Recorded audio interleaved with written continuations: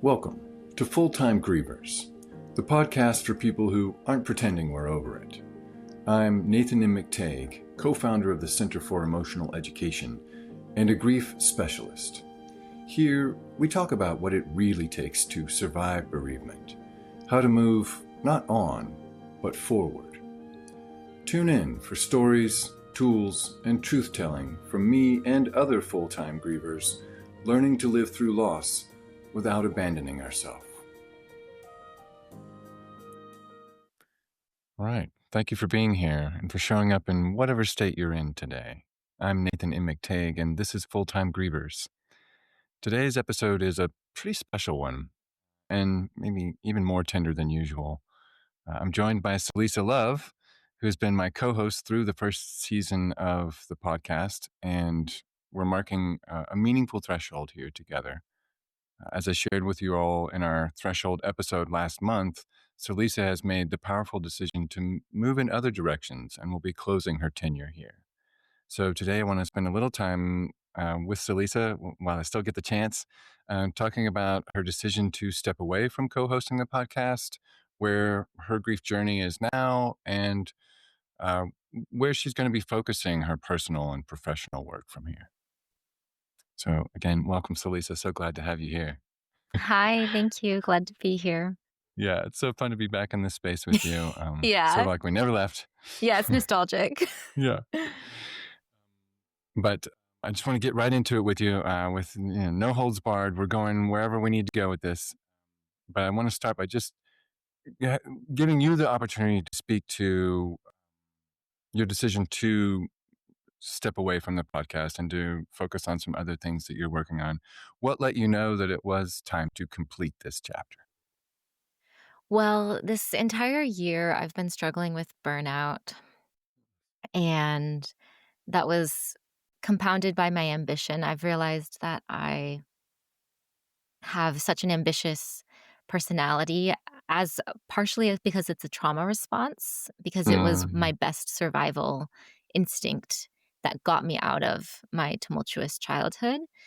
And so now I'm trying to relearn my relationship with that so that I can have a balanced, sustainable life, because I certainly cannot keep operating at the level of ambition that I have been in the past many, many years that I've been running my business. So I'm kind of recalibrating to sustainability instead of ambition, ambition, ambition, which is so good for my nervous system. Wow, yeah. I love the way you're putting that too. And what I hear in that is the sort of the journey or the exploration that you were involved in as you're like inhabiting your business and as you're inhabiting or kind of carrying on the adaptation of ambition, the way you're putting it. I love that way of framing it. Sort of like this natural outgrowth of you going further with that adaptation and then finding what shows up for you in your business as a result of that. Mm-hmm.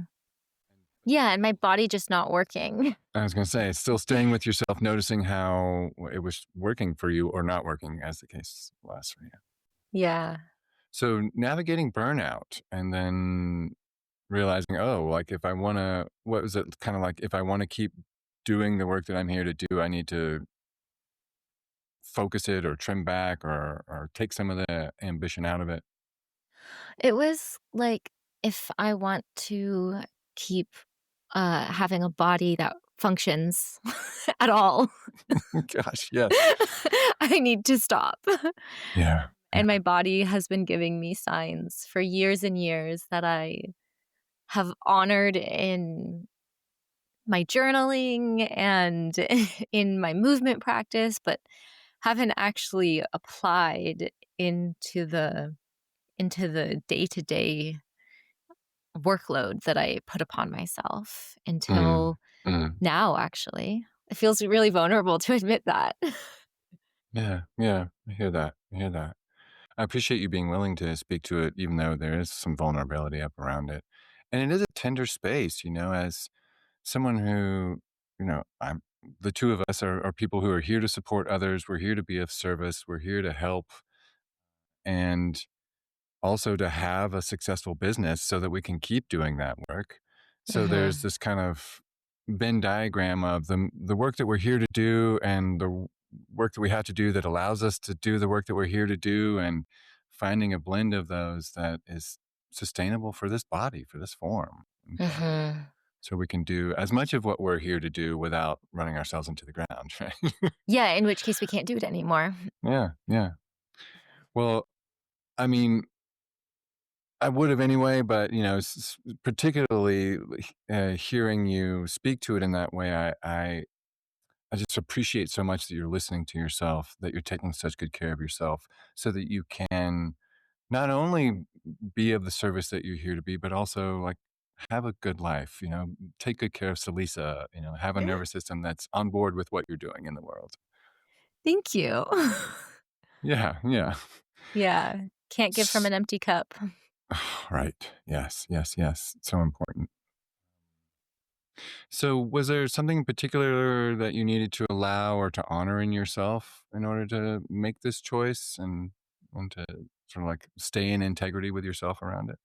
Yeah, it certainly didn't come of my own accord. I was in a therapy session and I was discussing my relationship with burnout. And through the facilitation of my therapist, I'm so grateful for, we ended up having a dialogue with two different colored pillows. There was an orange pillow and a green pillow, and one was the workaholic, and the other was the burned out nervous system that needed a break. Hmm. And I was able to kind of have a dialogue with these two different parts of myself that led me to realize that I just need to take things off my plate. Wow, wow, wow. I love that tool. I definitely can relate to using that and sort of like externalizing the parts of us that Mhm. are trying to have this conversation anyway and giving them the space to have that conversation. That's so beautiful and so powerful. I also love that it gave you the opportunity to listen to both parts. Mhm. Right? It wasn't just sort of like, "Hey, part that's pushing me, like you got to shut up and listen to the." There was this conversation. As you're saying, getting to really hear from both. Mhm. I also really appreciate this, even though we haven't yet put it in this context. But you as a griever, I think for us full-time grievers, it becomes especially important for us to listen to what our nervous system needs Mhm. alongside of what our ambitions are or what our interests are or what our hopes are or what we still want to do in the world.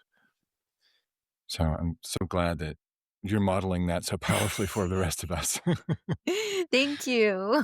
Yeah, yeah. Yeah, it's definitely difficult to walk away from something that I've poured so much of my life force and love and attention into, that I have felt like is like my deep down purpose for so many years. It was not an easy decision. It was a very Mm, which is why I think I couldn't have come to it on my own. I needed, like, the facilitation of another person to help me explore what I need and how I can get there. yeah, yeah. So there's grief.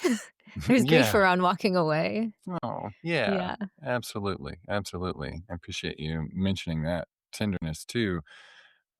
Especially, when we put our heart and soul into something, and so to come to a close with it or come to an end with it or however we would phrase it, come to a passage with it.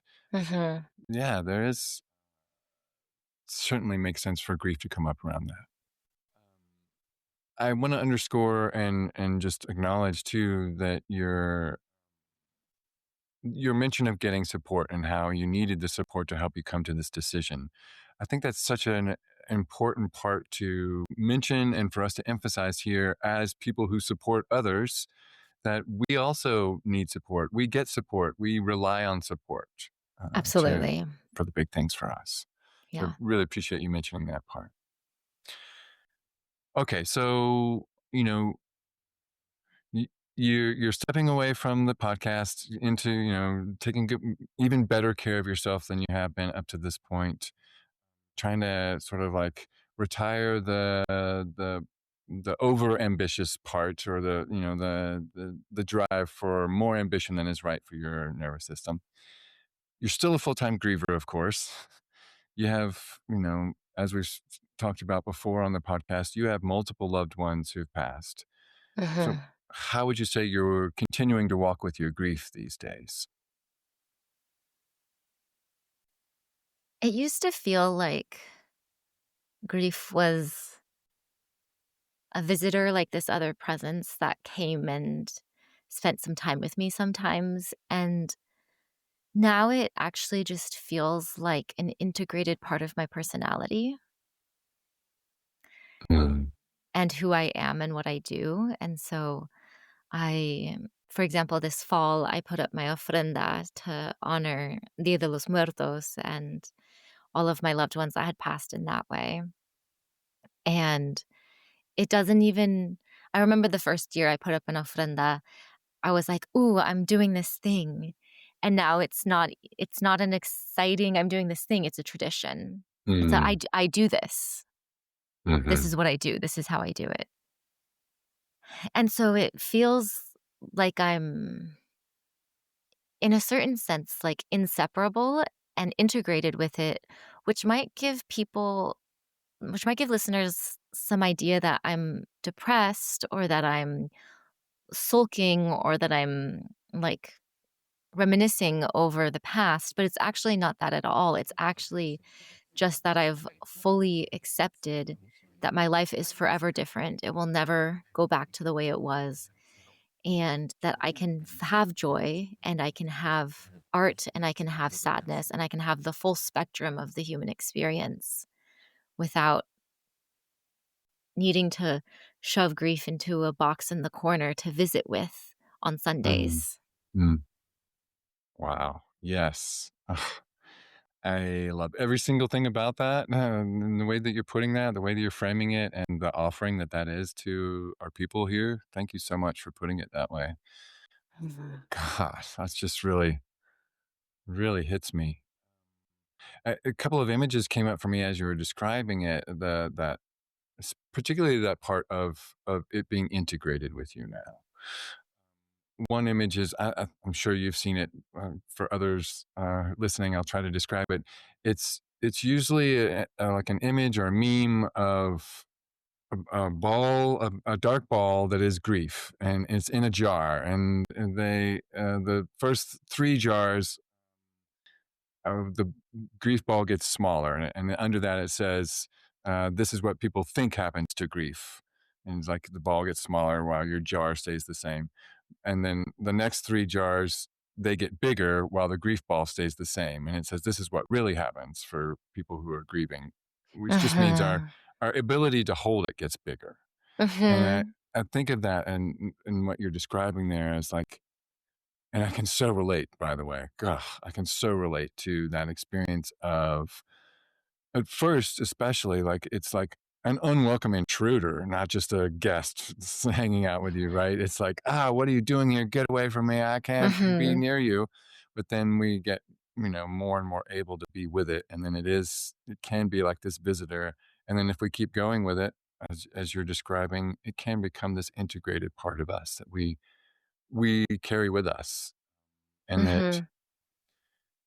I think as it becomes more integrated, like sort of as you're describing, it's less brambly. It's less like like we need a whole day for it, or a whole week, or we are able to do it in more discrete, even momentary moments of, "Oh, here, my grief is with me right now in this moment, and I'm carrying it." And like you're saying there, I love the example that you give of the ofrenda and how it went from a thing that you were doing in sort of like in response or in relationship to your grief, to just a tradition, and that's something that you just do. Mhm.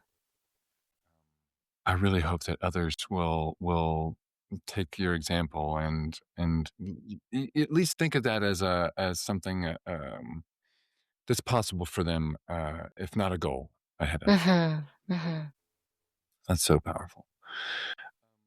I know this is a generic question, but I know that you're going to speak to it in a way that's not generic. what would you say is something about grieving that you wish more people understood? Hmm. You know, I think people have this idea that grief is this thing that happens after someone dies, which is pretty invalidating to all the other times that grief happens. Oh, wow. Yeah. Um, and I think that grief actually is married to almost all change. Mm. And that can be good change or it can be bad change. And change is constant in life. Change is the only thing that we're guaranteed, right? And yet, Yeah. I think so many people have such a hard time with change because they really are just not sure about how to have that relationship with grief. Yeah. That's such a transcendent insight. So Lisa, I really appreciate you bringing that in, and it greatly expands, I think, the opening for grief and grievers that we hope to make here. And you're so right. Thank you.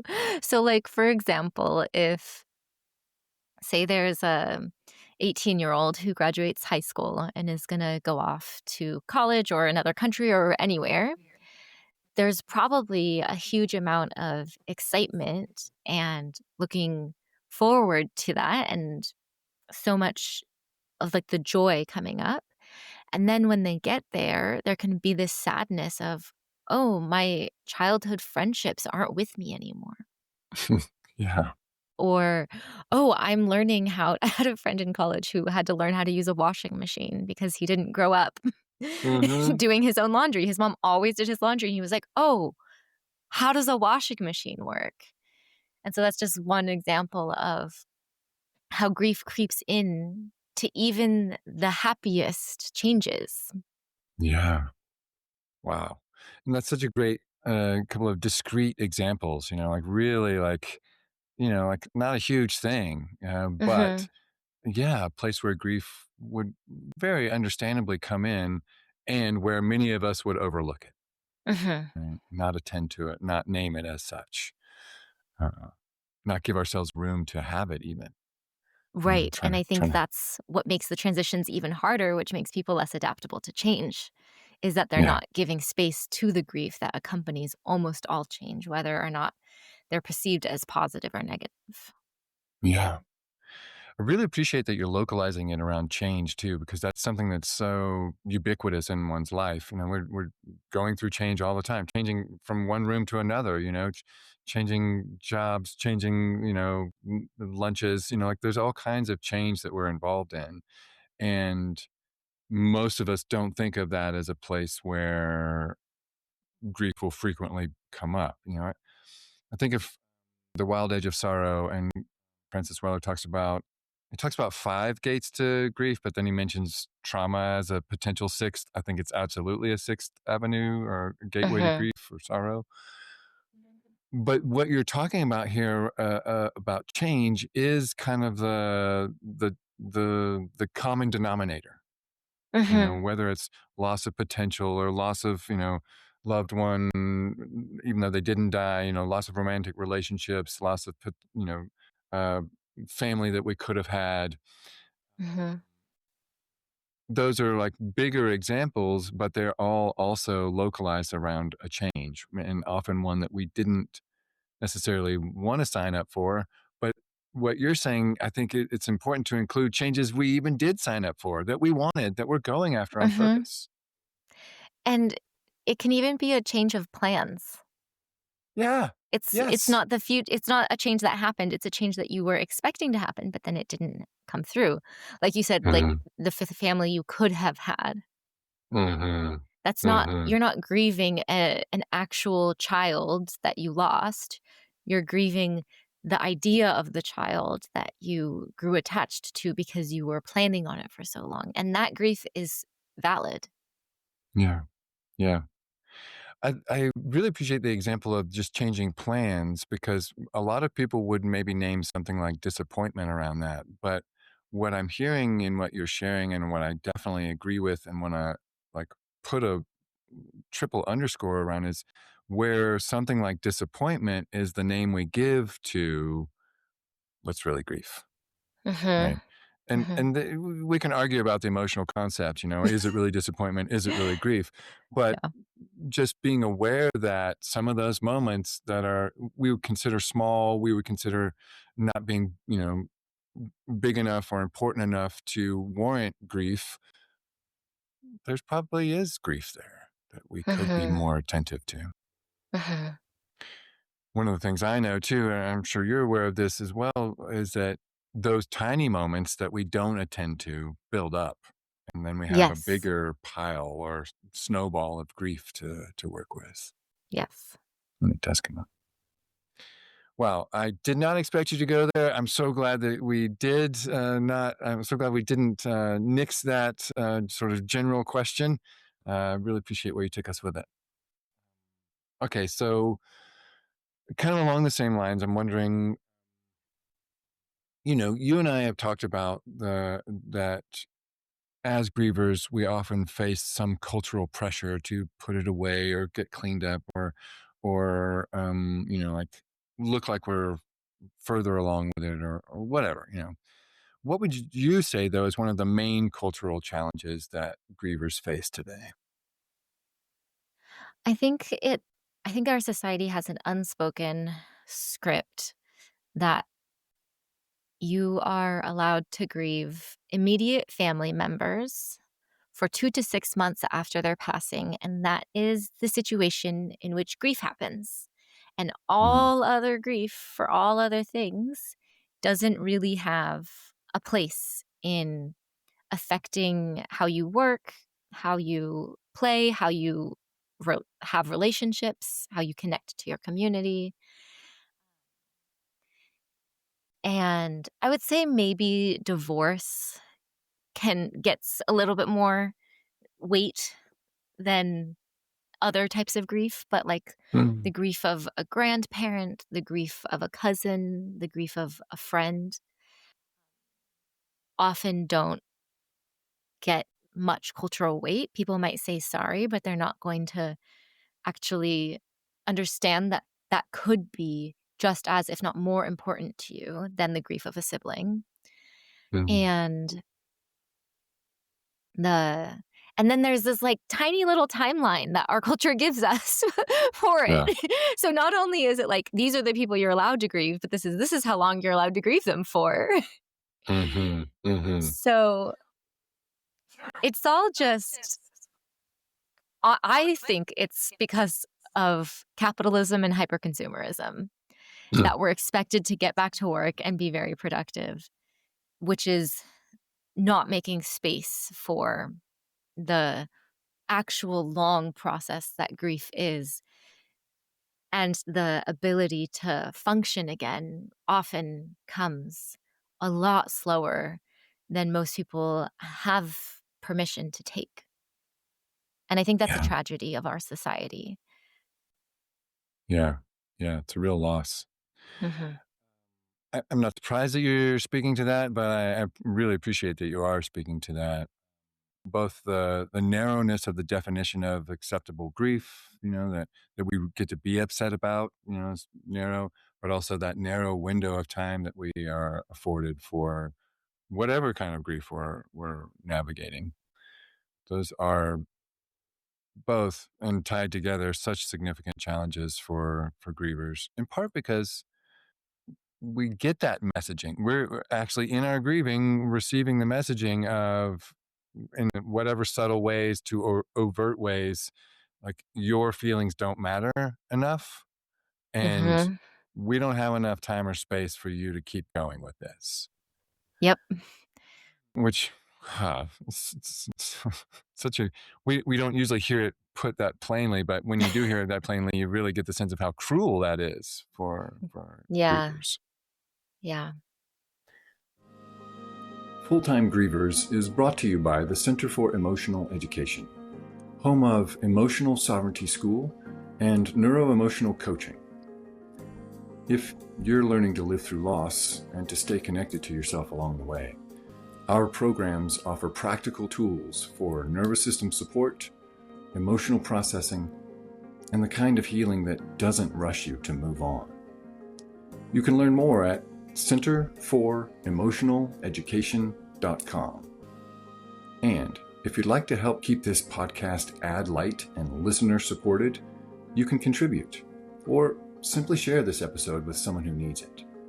And thanks. I also I appreciate you speaking to that, because I think if we could address that, both the range of what people are allowed to grieve and the amount of space we give people to grieve in the way that's right for them.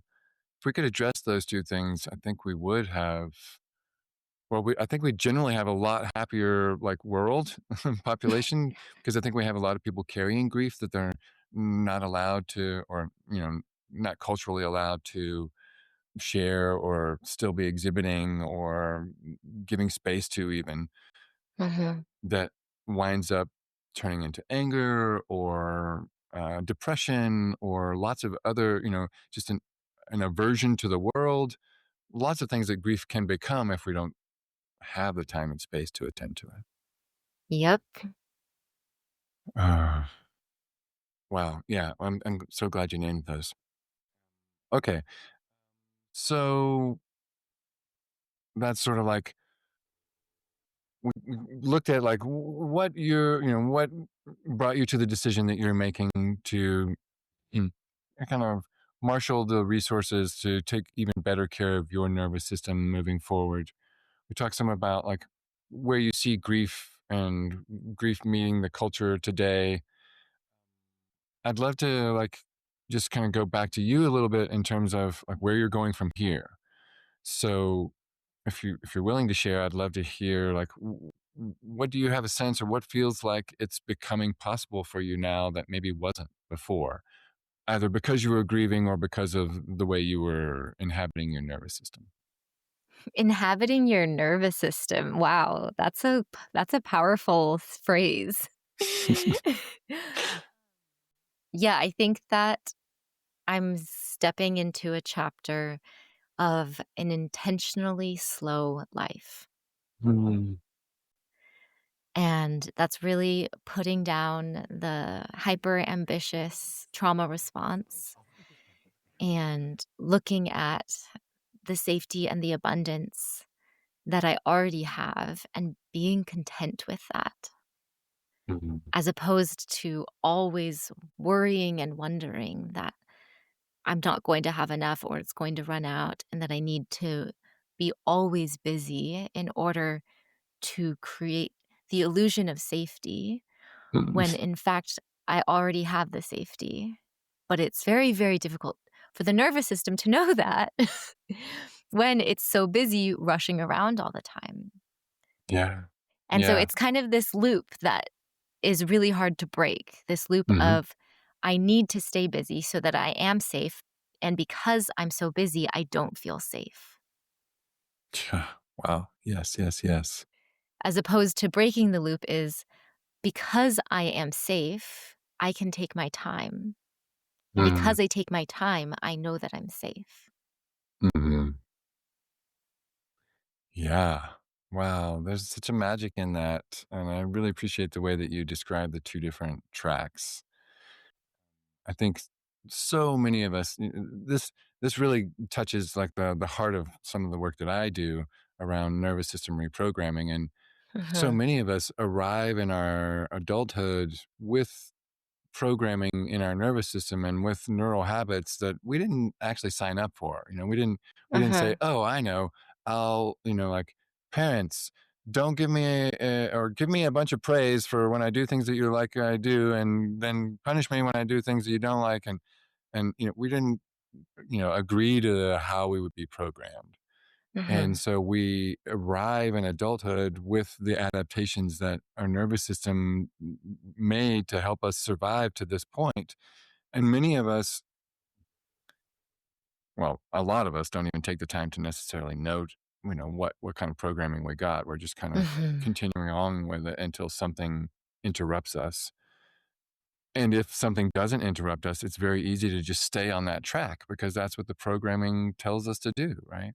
Yes. But what you're describing here is, I think, a rare opportunity, a very powerful opportunity one that many people aren't able to give themselves, but sometimes, like I say, you run into something that gives it to you and helps you get off that track. But it sounds like you were able to, with your support and with the, being with the things that happened in your life, recognize, oh, like this track I'm on is not doing it for me. No. And not only is that really powerful noticing, but being able to go, whoa, okay, so I'm seeing where I typically go, this ambition, like more, more, more, go further, go higher, go faster, get bigger, and how that is antithetical to the kind of safety that you're actually looking to experience and that you have experiences of. Mhm. It's just like it's well, it's possible for any of us, but I still think it takes an almost superhuman level of self care and self love to give oneself that. Um, to Yeah, be it's a the one. practice. I'm not Oh, I'm not an expert at it just yet. yeah. I'm still on my baby journey, getting Yeah. there. Yeah. Yeah. But so powerfully dedicated to taking such good Mhm. care of your nervous system. And I think that's really something that all of us can hopefully aspire to as well. Thank you, yeah. Yeah. And I also, I I want to recognize together with you that like you're talking about inhabiting the safety that's already there, and allowing yourself to move at that pace rather than trying to marshal safety by moving at a pace that's, well, less safe for you, right? Less Mhm. safe for your nervous system. And I think that's such a transformative and transcendent way to decide to be with oneself. And I can see how like there's this really kind of beautiful what is it? Sort of like backdoor logic to it or something. Like many people think, well, if I work harder, I'll get more, I'll achieve more, I'll get the things that I need, and then I'll be safer. And what you're really modeling for us so powerfully is recognizing, no, like if I already have those moments where I experience safety, and it's when I'm moving more slowly. It's when I'm tending to this body and taking good care of me and not trying to shove myself into arenas or shapes or endeavors that are moving at a pace that's not right for me. What am I going for there? I think partly the acknowledgement, that that's such a beautiful and powerful thing to do, uh, and the kind of real genius of it. That, like you're saying, you're going from like all these adaptations or all this programming I learned to try to get safety and just stopping and being with safety that is there for you already. Yeah, yeah. It's such a fascinating juxtaposition, really. Yeah. Yeah. I love the paradox of it. Yeah, it's such a paradox. Yeah. How do we break this paradox? Well, and you often hear like go slow to go fast, but this is no go slow to enjoy slow. Yeah. Yeah, and I'm such a creative, and I'm such a visionary, and I have so many hopes and dreams and plans for this world and for myself and for my work in it. And I'm realizing that if I'm always rushing around and I'm never taking the time to stop and reflect, I'm not actually paying attention to the impact of my busyness. Whereas when I like stop and look at the big picture, I can see, oh, actually, my impact is diminished because I'm so busy. And when I take the pause to spend an entire therapy session evaluating my burnout, I can actually realize that I could remember that me bringing peace and healing to this earth starts with me being peaceful and healed. And that is Mm, the only foundation that I can step forwards from. And so, me mm. needing to remember that I need to always circle back to that in order to do anything with impact. Yeah. Yes. Yes. Yes. Well, I couldn't agree more. And two, I think particularly in this world that is currently really seeming to amp up the pace, seeming to really want urge us to kind of move faster, strive harder. I think it's a kind of personal revolution to choose slow. Yes, it feels like resistance. It feels very Yeah. anti-capitalist, Yeah. which I don't, like, particularly resonate with, like, super strong anti-capitalism movements. I mean, I kinda do, but I'm kind of doing it I kinda am more and more as I'm aging and stepping into my slow life. I'm like, "Oh, I don't need all this junk. I actually Right. need a nap." Hmm. There you go. There's the quote for the show. That's really fantastic. Yeah, yeah, yeah. And listening to the nervous system that you're in order to honor Mhm, that, right? mhm. I so appreciate that. You mentioned it already, and you definitely want to go here with you too. What are you excited about creating or doing in the next year? I know you are such a creative person. You actually have you have the full time business. You're a full time griever, but you're a musician. You're an acrobat. I mean, is it safe to say you're also a contortionist? I Yes, mean, yes. so what are you looking forward to creating or doing in the next year or so? I am I'm starting to get really selective with the creative projects that I take on. I think in the beginning of my performance career as a circus artist, I would take all opportunities and all gigs or shows, so to speak, and I would write new acts for all occasions any time I could get an opportunity. And I think that Mm, was a really powerful tool of building experience in that field of work. And now I'm really stepping into, do I want to create? Am I inspired to create something for this? Because really, what lights me up is the act of being inspired and making art from a place of inspiration.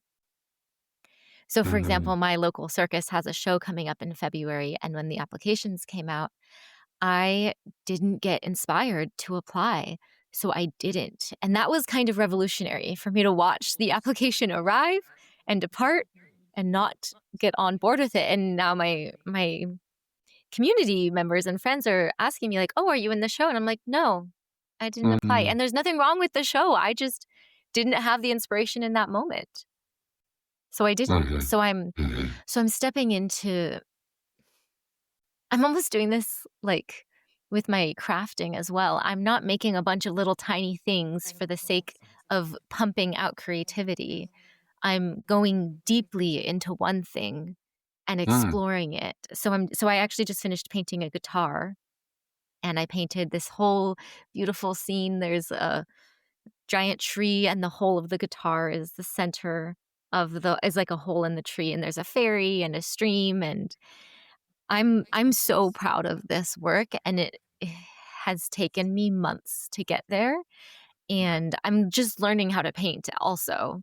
So mm, I don't have a lot of experience painting, and I'm just not I think I've just been in a rush to finish and be on to the next for my whole life, and now I'm just trying to savor and trying to enjoy. mm, I'm doing that with food, I'm doing it with my all of my creations, and so I'm really giving myself permission to enjoy my creativity.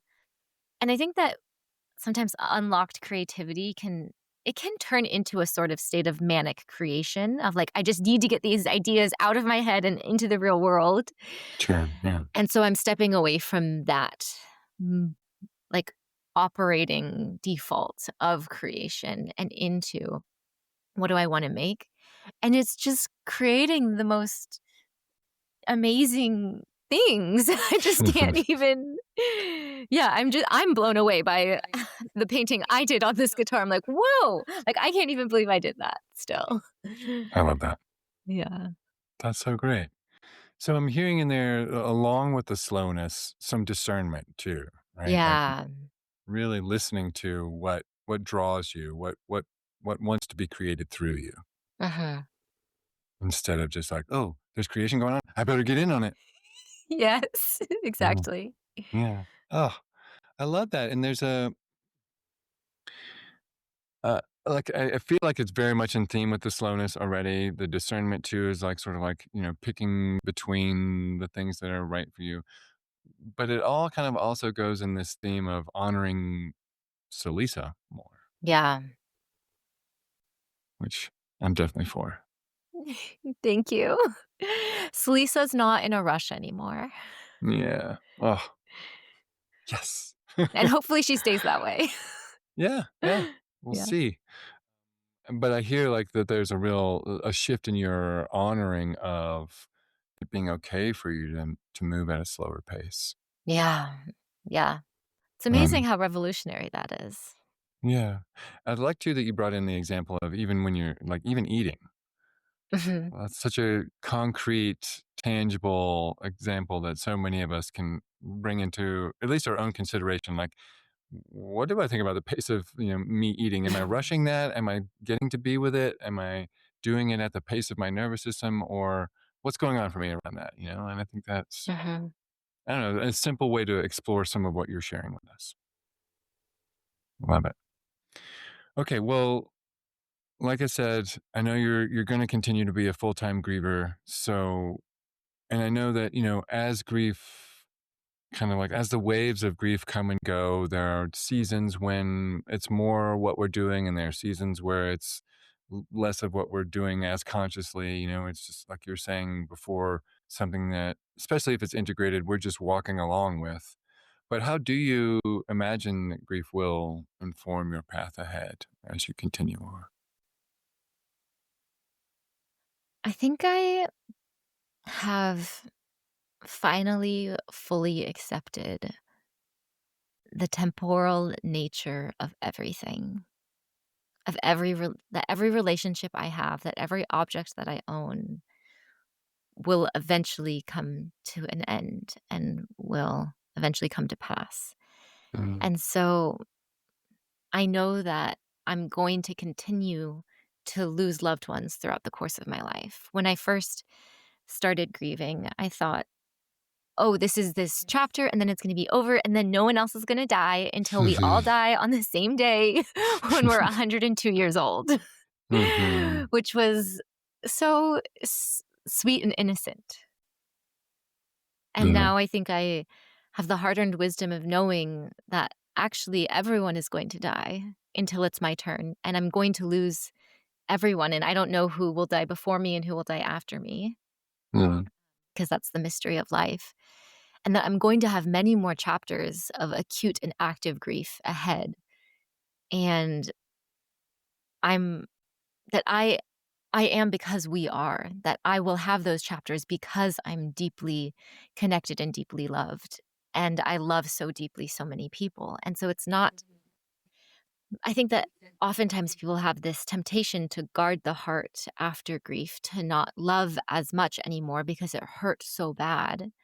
And Mm, I think having gone through that painful hurt over and over and over again, I want to continue to move through this world with an open, broken heart that is still open to loving again and again, and knowing it will be broken again and again, and trusting that that's one of the most beautiful things that I can do with my life.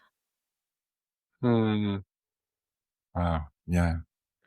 I feel the truth in that for you, and the encouragement in that for all of us as well. Wow. And wow, so such a simple but really poignant uh, axiom, if you will. That you didn't say it this way, but that all things, all relationships, everyone passes. And it will all Mhm, pass. You kind of intimated it in what you were saying, and just holding that as like the key to the preciousness of everything in a way, mhm, the key to like navigating the loss that we will necessarily experience in life. Sort of like a key to understanding that that all things do pass, and not in mhm. a like what. I'm saying it, and as I say it each time, all things pass. I'm starting to think more like, isn't there a Bible verse or something like that that this too shall pass? But I think not in that way. Like where not in a way that it becomes trite, or not in a way that's just like, oh, you'll get through this too, but in the way of like, hey, like this thing you love will eventually no longer be here. So love it as much as you get to now. Mhm. And knowing that sort of gives you the power to stay open to the fact that the loss will eventually be here too. Yeah, kind of like "This too shall pass." It sounds like, a warning of endurance or an advice to endurance, but it's also an advice to enjoyment. Hmm.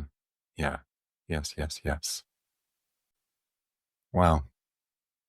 Thank you so much for sharing that with us. I really appreciate having this opportunity to spend some time with you, to kind of like be with you in this transition moment, that I think is, obviously powerful for you. It's obviously a change for this podcast, but it's also this opportunity for all of us to learn from where you are and what you're doing. So thank you so much for being willing to share where you are now with us. You're welcome, and Nathan, I just wanna also thank you for carrying this work on without me. I Oh, know that it was a big change. We started this together, and am so happy that you're carrying this on and that you're gonna keep it going and you're gonna keep getting the good word out there.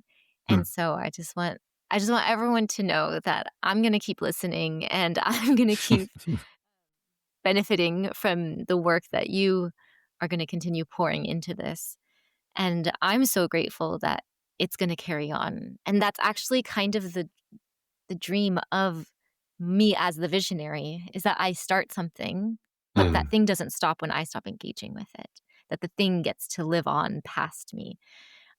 And I'm not to say that I started this alone. We started it together, but it's very deeply fulfilling to me that you're carrying on with it. So thank you for keeping it going.